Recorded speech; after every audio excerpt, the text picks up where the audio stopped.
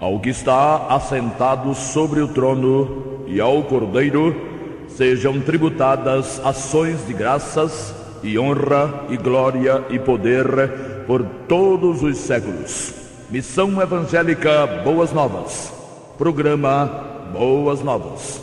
O que jamais passou pela mente de pessoa alguma em toda a história do gênero humano, salvação eterna, vida eterna de graça, sem participação humana nenhuma, é o que pregamos, porque é isso que significa o Evangelho da Graça do Senhor Jesus.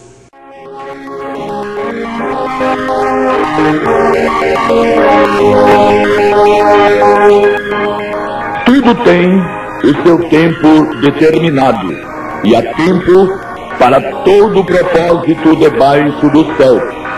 Há tempo de nascer e tempo de morrer, tempo de plantar e tempo de arrancar o que se plantou.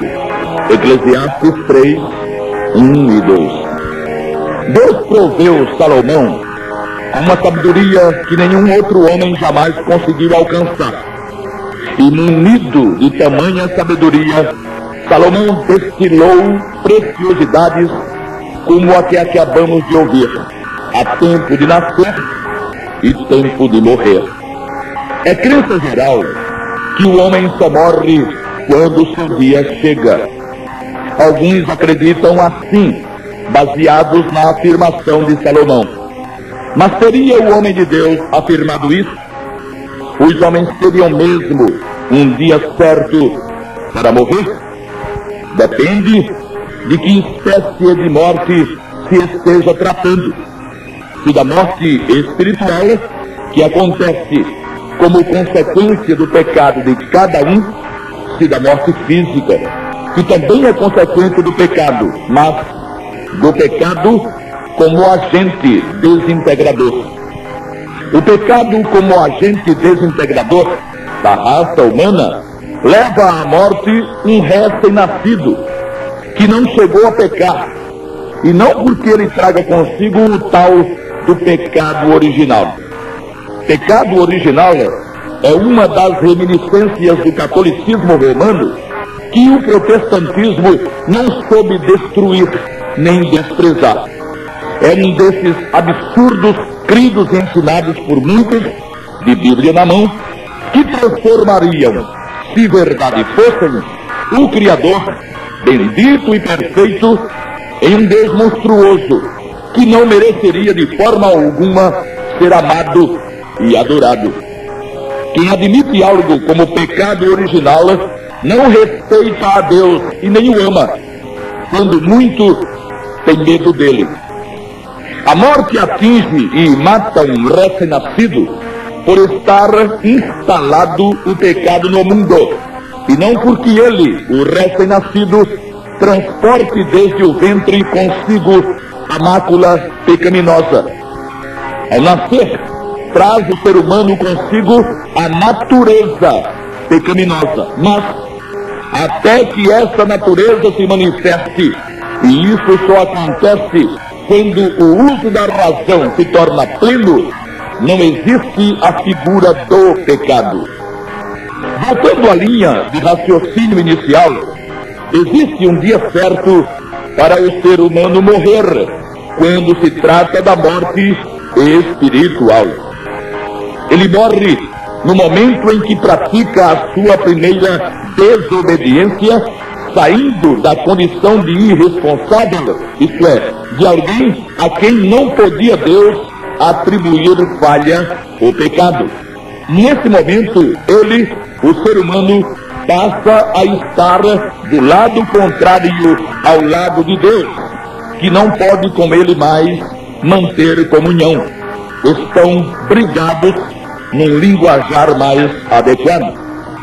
Como morte significa separação, e como ao pecar o homem é separado do Criador, então, ao pecar, morre ele espiritualmente.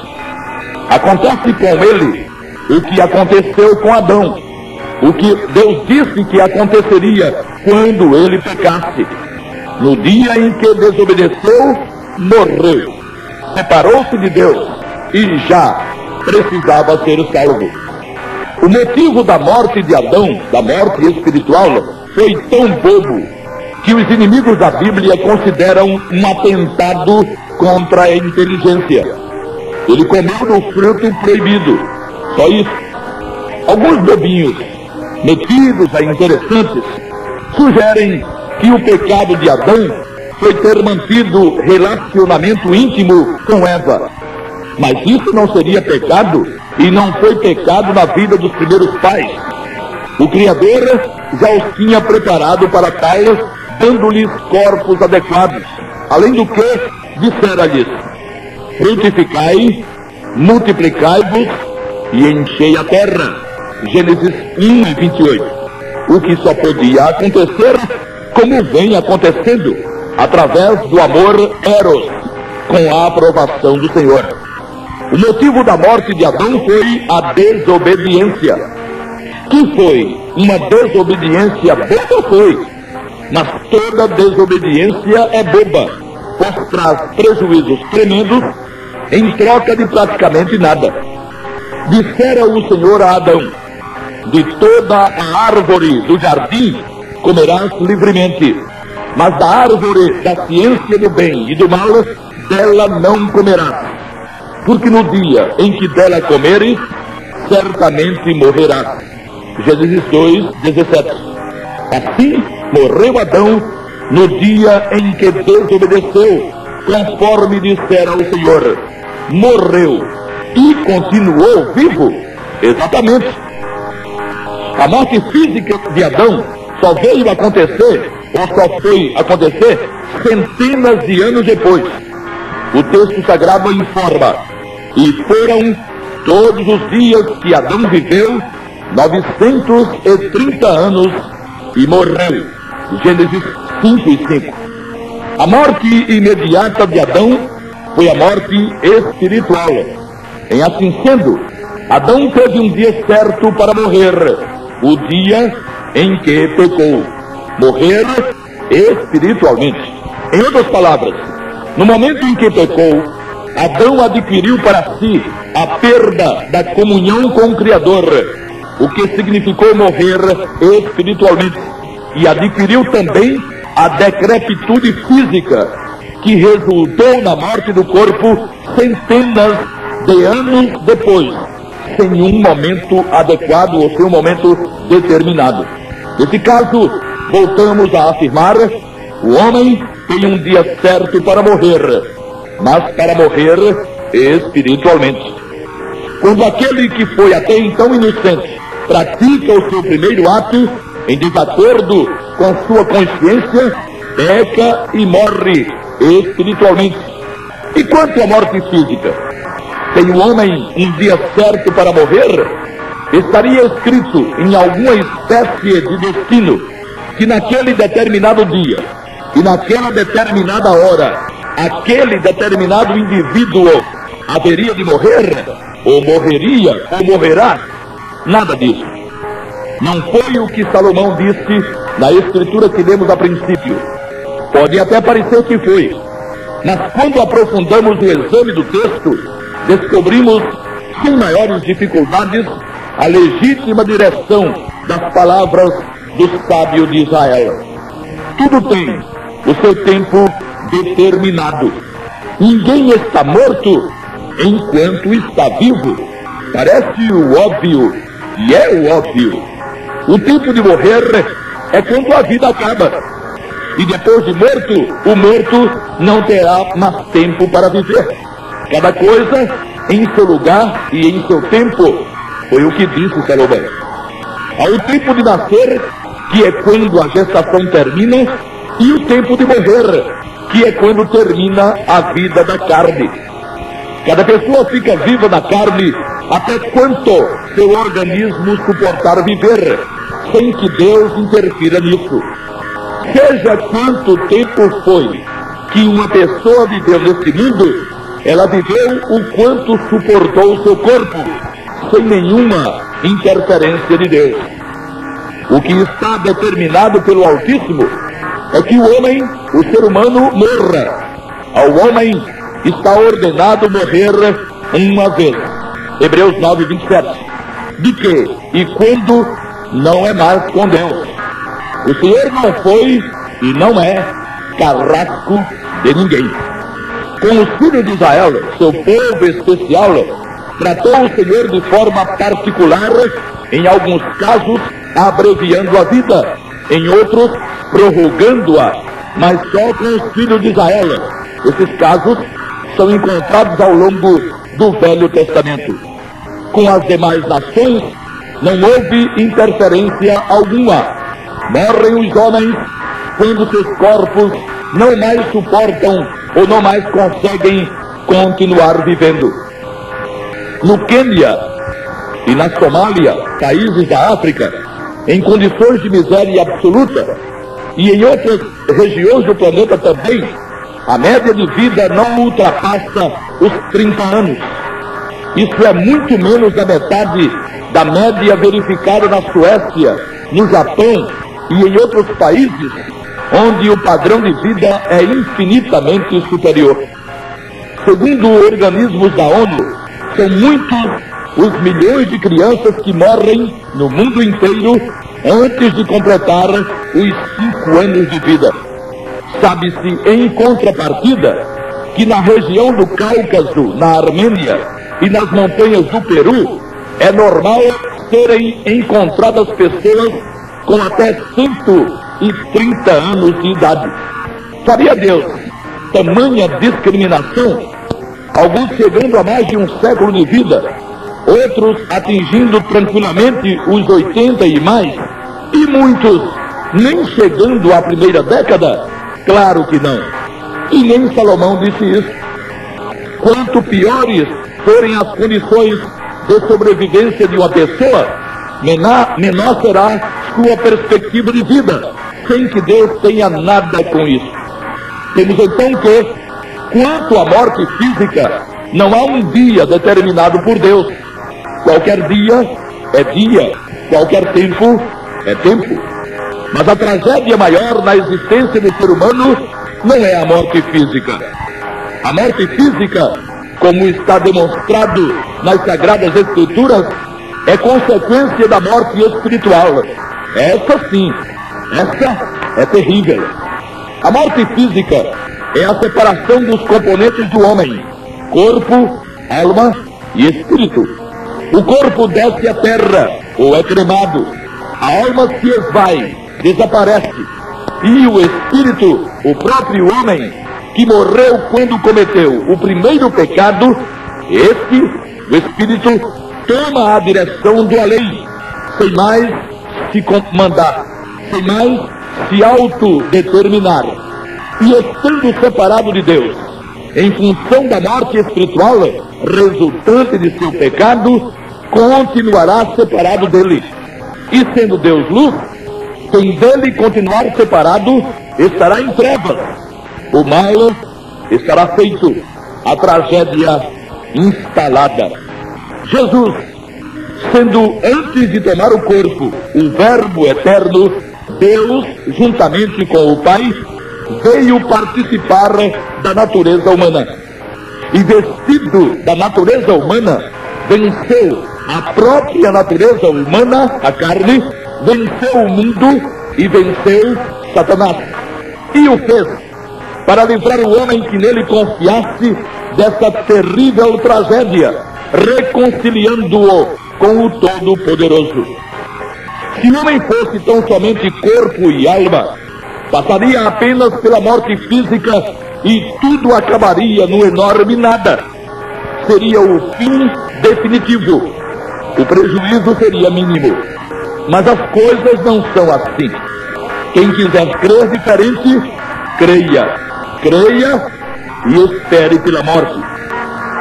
A verdade é pior do que pensa a maioria das pessoas. As religiões ficam por aí, criando fantasias e falácias.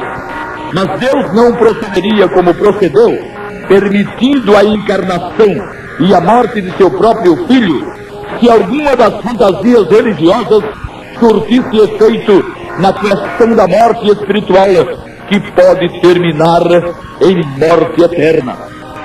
O universo só assistiu ao espetáculo da cruz porque ele se fez agudamente necessário. Ou tal providência seria tomada, ou não haveria nenhuma esperança de resgate e de redenção para ninguém, nunca. Assim, pois, não considerar o sangue de Jesus como absolutamente necessário para a paz com Deus é andar na contramão em direção à eternidade. Enquanto está no corpo físico, o homem casa e batiza, faz e acontece, e a ele é dada a condição de optar entre invocar o nome de Jesus e ser vivificado espiritualmente, ou continuar como está, para ver como é que fica. Mas nós temos visto como é que fica. Morre alguém, e velas são acesas para facilitar sua caminhada eternidade adentro, numa clara demonstração de que ele não possuía luz nenhuma, enquanto por aqui transitava, donde se conclui que fica ruim o lado de lá para quem não se cuidou do lado de cá. Todo mundo nasce, vive e morre. Isso é velho que só andar para frente. O problema é que o ser humano, ao atingir a idade da razão, quando passa a ser senhor de si mesmo, sai do reino da inocência ou da irresponsabilidade e transfere-se para o reino do inimigo, que foi o criador do pecado e a quem o ser humano aderiu, pecando também. Ao invés de deixar para depois e para os outros a solução desse horripilante problema, o homem tem que tomar providências ele mesmo, e enquanto está no corpo.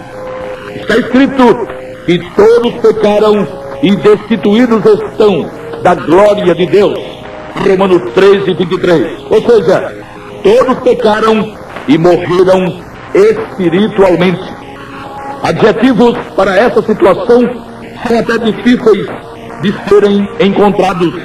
É coisa de horripilante para cima. E só existe um meio pelo qual a morte espiritual pode ser reparada na existência do homem e a reconciliação com o Todo-Poderoso pode ser efetuada. É pelo novo nascimento. Foi para tanto que Jesus morreu, para tornar possível o novo nascimento. Pelo primeiro nascimento, o nascimento desde o ventre de sua mãe, o ser humano é posto no mundo sem culpa e sem mancha. Exegeses dúbias e mal feitas têm atribuído ao versículo 5 do Salmo 51 a grosseria de ter Deus condenado o ser humano a já nascer com pecados nas costas. Isso não cabe na cabeça de ninguém que raciocine. Ao nascer, o ser humano pertence ao reino dos céus, exatamente por não ser culpado ainda diante de Deus. Mas, ao assumir, como temos visto, sua condição de homem ou de mulher responsável por seus atos, o ser humano prevarica e peca. Nesse momento, no momento em que sai do reino dos céus e entra no reino do inimigo, é necessário que aconteça um novo nascimento. Quando peca, ele deixa a sua condição de inocente e tal qual Adão não mais tem como manter-se em situação favorável diante do Senhor Deus. E não acontecendo o novo nascimento com religião e tudo, ele, o ser humano, estará afastado do Senhor.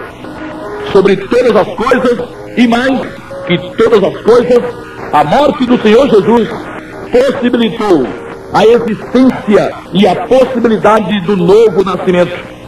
No novo nascimento, o Espírito do homem é selado e batizado com o Espírito Santo, que é o agente vivificador. A coisa acontece da seguinte forma: enquanto o sangue imaculado de Jesus é usado para perdoar os pecados dos que invocam seu nome, a água não lava pecados, nem fogo queima pecados, e nem o Espírito Santo purifica pecados. Os pecados têm que ser tratados com o sangue de Jesus. Enquanto isso acontece, O Espírito Santo é colocado no espírito daqueles que invocaram o nome de Jesus, transmitindo-lhes a vida que o Espírito transmite, isto é, a vida eterna. Até que a criatura humana receba o selo e o penhor do Santo Espírito pela invocação do nome de Jesus, ela está na carne. E os que estão na carne não podem agradar a Deus. Romanos 8:8. Ela não está na carne por ter um corpo carnal, pois todos os remidos, mesmo os mais espirituais, possuem, evidentemente, um corpo carnal, e através dele ainda falham. Ela está na carne por não ter recebido ainda o Espírito Santo. Aí não adianta se tem religião ou não, não adianta se teme a Deus ou não, se quer estar na verdade ou não. Sem o concurso do sangue de Jesus, credo nenhum vale nada, pois sem o concurso do sangue de Jesus é impossível existir o novo nascimento. A diferença entre o remido e o não remido não é ser um mais santo que o outro, não é a conduta de vida, nem sequer é quanto fala um no nome de Jesus mais que o outro. A única diferença entre o remido e o não remido, estando o remido em paz com Deus e o não remido destituído dessa paz, é o novo nascimento. E o novo nascimento ocorre na mesma hora em que o nome do Senhor Jesus é invocado. Enquanto não transpuser a dificuldade criada pelo pecado em relação ao Todo-Poderoso, enquanto não tiver a mancha e a culpa do pecado totalmente retiradas pelo poder do sangue de Jesus, por mais que a criatura humana grite por Deus e por socorro, não será ouvida, não será atendida. O grito que vale, o grito que é levado a sério, ou que será levado a sério, é o grito pelo sangue de Jesus. Gritou, clamou, invocou, será ouvido na hora, nascerá de novo. Mas voltamos a insistir, e isso terá que ser feito aqui. Esse grito, invocando o nome de Jesus, tem que ser dado pelo próprio indivíduo. O guia religioso não pode substituí-lo nisso, nem os parentes, mesmo os mais chegados. Os amigos, menos ainda. Para escapar da morte eterna, que é a continuação da morte espiritual, na qual está o ser humano desde que cometeu seu primeiro pecado, Deus só conhece um jeito: nascer de novo, invocando o nome de Jesus, o Salvador. Todo homem precisa do novo nascimento. A desgraça é que a grande maioria dos religiosos nada sabe sobre nascer de novo. Pode até conhecer a expressão, mas não domina seu significado e sua importância. Pois se dominasse, seria também remida essa maioria, pois já teria nascido de novo, invocando o nome do Senhor Jesus. Ninguém nasce de novo por tabela, e ninguém pode invocar o nome de Jesus por ninguém. O pai não pode fazê-lo pelo filho, e nem o filho pelo pai. E nem existe essa história de que, se Jesus morreu pelos pecadores, então os pecadores receberão os benefícios de sua morte. Esse é um erro de tremendas consequências que tem lesado de forma infame a milhares de vidas. Ainda que o sangue de Jesus verdadeiramente tenha sido suficiente para liquidar com todos os pecados de todos os homens, de toda a humanidade, sua eficiência só se efetivou sobre aqueles que para ele apelaram, invocando-o como Salvador pessoal e único. Não é suficiente saber que Jesus Cristo salva, é necessário identificar-se com ele. Saber que ele salva, quase todo mundo sabe. Falar nele, quase todo mundo fala. Reverenciá-lo, muita gente reverencia. Mas apelar para ele mesmo, considerando que só através do poder e da eficácia do seu sangue pode haver salvação, isso só os remidos fizeram. Os outros ficaram na base de conhecer sua história e de dizer que ele faz e acontece, e de tecer-lhe os maiores elogios e tudo mais. Mas ainda acham que ele, apesar de tudo o que dele dizem, não é suficiente para resolver sozinho a questão da salvação. E o que fazem? Fazem o que se vê nas religiões ditas cristãs. Pessoas reverenciando o nome de Jesus, mas confiando nas suas próprias obras, na guarda de mandamentos, na intercessão de Maria e dos santos, na perseverança em manifestações sobrenaturais e ainda à margem da certeza e da paz perfeita com Deus. Essas vidas tentam demonstrar alegria com suas convicções, mas elas mesmo sabem que não são alegres. Precisam gritar, gesticular, fazer barulho para impressionar em si e para impressionar os outros, mas não tem jeito. Quando cessa a algazarra e quando põem a cabeça no travesseiro, descobrem que não são alegres. Não com a verdadeira alegria, não com aquela alegria que decorre da paz profunda e bendita que só gozam, ou da qual só gozam os que de fato descansaram na obra perfeita do Senhor Jesus.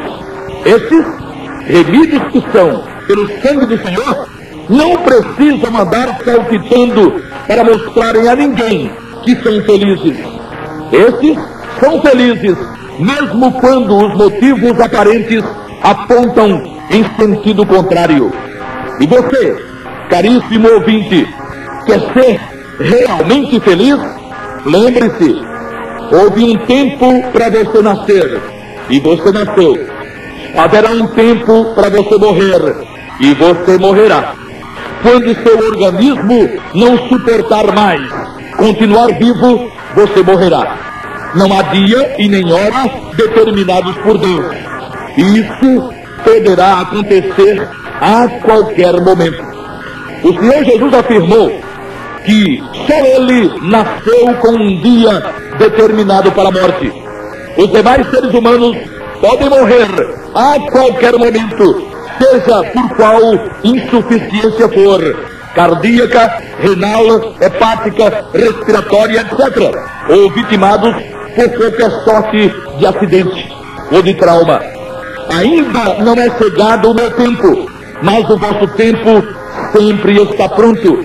Ele disse isso depois que os judeus procuraram matá-lo, conforme o registro de João 7, de 1 a 6, combinado com João 7, versículos 8 e 30 e capítulo 8, versículo 20. Se você morrer hoje, nem mesmo a maioria das pessoas de sua própria cidade ficará sabendo. E daqui a um ano, quase ninguém mais se lembrará, mesmo de seus parentes e amigos. Mas você estará e continuará consciente. Você estará e continuará consciente. Pense nisso, pondere e invoque o nome do Senhor Jesus. Para que correr riscos desnecessários, não é verdade? Jesus está aí, onde você está, através do Santo Espírito. Declare a Ele sua necessidade de salvação e de perdão. Não seja orgulhoso, não seja orgulhosa. Não pense que pode, não pense que merece. Vai tentar enganar a quem? Você mesmo sabe que não pode e que não merece. Tanto assim é que você não acha que esteja salvo exatamente por não se ver com méritos suficientes, não é verdade? E então, vai continuar nessa situação sem futuro? Não será muito melhor apelar logo de vez para o Senhor Jesus, ter os pecados perdoados aí na hora, agorinha mesmo? Por que não experimenta? Não há nada a perder, só a ganhar. Mas a vida é sua, nela manda você. É bom, no entanto, estar lembrado de que de um momento para o outro, a vida aqui pode terminar. E você não mandará mais em nada.